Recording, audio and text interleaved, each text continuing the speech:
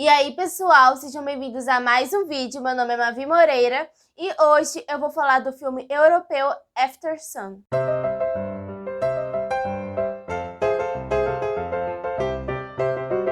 No filme, acompanhamos Callum e Sophie, que são pai e filha e estão passando uma semana de férias em um hotel na Turquia. Durante a estadia dos dois no local, nós vamos acompanhando os acontecimentos durante a década de 90 na infância da Sophie, enquanto ela revisita eles através da câmera, que é um elemento fundamental para o filme. Se você gosta de cinema e de críticas cinematográficas, se inscreva no canal, ative as notificações para não perder quando sair o vídeo novo, deixe o like e deixe aqui seu comentário do que você achou de Aftersun. Um trunfo que Aftersun possui, desde a sua concepção, é o fato do filme não ser um acontecimento presente que nós estamos acompanhando enquanto vai se desenrolando. Nós estamos vendo a todo momento as revisitações da memória da protagonista Sophie quando ela já tem 31 anos de idade, sendo que durante os fatos da viagem em si para a Turquia, ela está com 11 anos e o seu pai está na casa dos 30. Então a gente sempre está olhando a perspectiva de uma personagem que está realmente temporalmente afastada dos acontecimentos principais da história. A clássica câmera pixel granulada que nós vemos das gravações que acompanhamos durante a história, vendo os momentos sendo recordados ali naquela câmera, elas trazem a sensação de maior intimidade para com aqueles personagens, pois a gente sabe que não é a todo momento que a gente vai ter aquele tipo de registro, e aí sim a filmagem mais clássica do cinema mesmo, com todos os equipamentos próprios e também os enquadramentos, tomam conta da maior parte da narrativa. Tudo nós vamos entrar, de fato, em momentos muito particulares da história, na qual não faria sentido ser mostrado da maneira mais tradicional. Aí sim essa câmera entra como um recurso que só contribui para a complexidade do filme enquanto narrativa. Nós temos que levar em conta também o fato de que esse filme entrou em tanto destaque não só pela sua história muito comovente e muito íntima, mas também pelo fato de que a Charlotte Wells, que é a diretora e roteirista do filme, conta como Aftersun como o primeiro longa-metragem. Ou seja, desde essa primeira produção maior, ela mostra que tem de fato um domínio muito grande da linguagem cinematográfica, já que antes ela só tinha produzido curtas até então ela parece mostrar que tem um domínio muito grande da maneira tradicional de se contar uma história através do cinema, para poder romper com ela e assim produzir esse filme não linear e que também conta com várias maneiras de nos mostrar aqueles personagens, nos apresentar aqueles personagens. A fotografia do filme, ela é muito característica da década de 90, que se mostra na infância da diretora, que também traz para esse filme uma carga de pessoalidade muito grande, já que nós não sabemos até onde vai, mas que esse filme, de certa forma, retrata como foi a vida dela e o relacionamento dela com o pai, já que através de fotos divulgadas pela própria, ela mostra que de fato fez uma viagem com o pai durante a infância. Então todo esse filme tem um realismo muito grande também por conta disso, apesar do jeito diferente de nos mostrar a história. A direção, ela consegue a todo momento nos transmitir uma sutileza no olhar para com aqueles personagens, mesmo quando eles estão em conflito, o pai e a filha, que são momentos pontuais, já que em geral, mesmo com momentos muito sensíveis e singelos, é mostrada toda uma delicadeza no relacionamento entre os dois, mesmo quando eles estão discutindo assuntos sérios. E o que mais me impressiona é que os usos pontuais de zoom in e zoom out que o filme nos apresenta,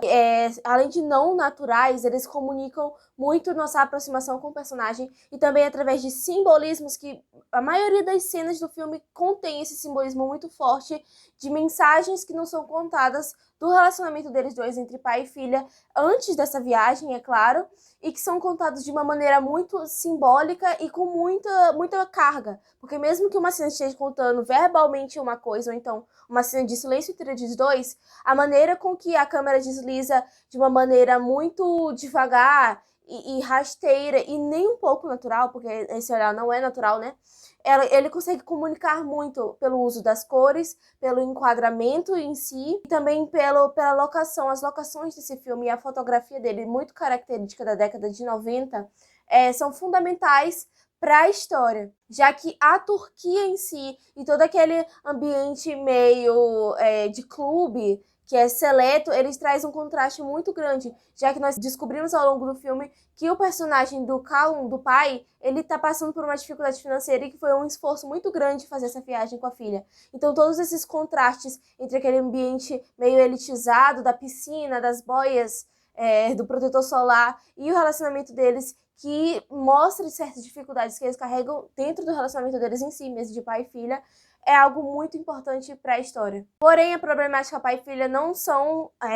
de longe, a única coisa abordada no filme. Eles também abordam a questão da pré-adolescência feminina e a iniciação dessa personagem no que diz respeito à sexualidade, já que nós vemos todo momento os adolescentes que são maiores do que ela,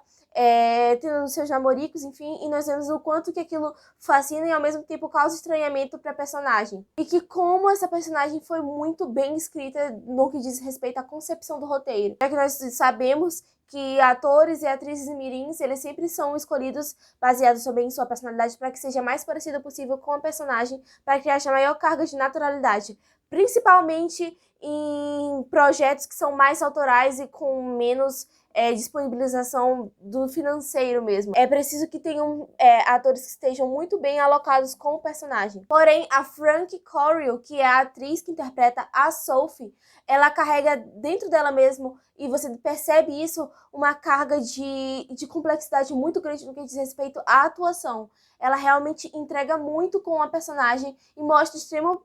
profissionalismo desde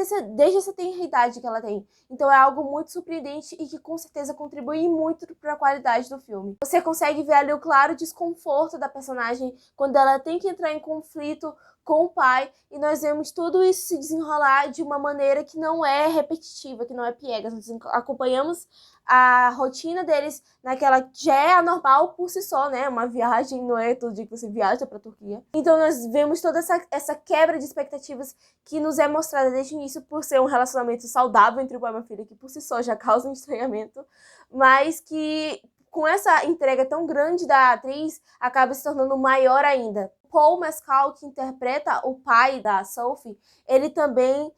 contribui muito para que a integração desses dois atores em cena seja tão grandiosa assim, pois a gente sente a todo momento o quão bem eles estão nos papéis que estão interpretando e também o quanto que eles se saem bem quando diz respeito a ser mais contraído. Aguardar dentro de si uma carga dramática muito grande e que em alguns poucos momentos de ruptura que o personagem se permite ter, nós vemos o quanto que esse filme tem o que falar e o quanto que esse ator comunica através de seus gestos e de seus olhares, já que ele também não dá muita abertura para a filha e muito menos para nós espectadores. E a trilha sonora do filme, ela acompanha muito bem o personagem do Callum, já que vários dos momentos de maior tensão emocional e que são espalhados durante todo o filme, nós não temos aquela característica clímax durante o terceiro ato. Parece que o terceiro ato foi parcelado ao longo da história. E que ele acompanha muito mais o personagem do pai. Essa trilha sonora acompanha de uma maneira muito íntima e muito singela, mas que, sem sombra de dúvidas, adicionam muito a carga dramática das cenas que são construídas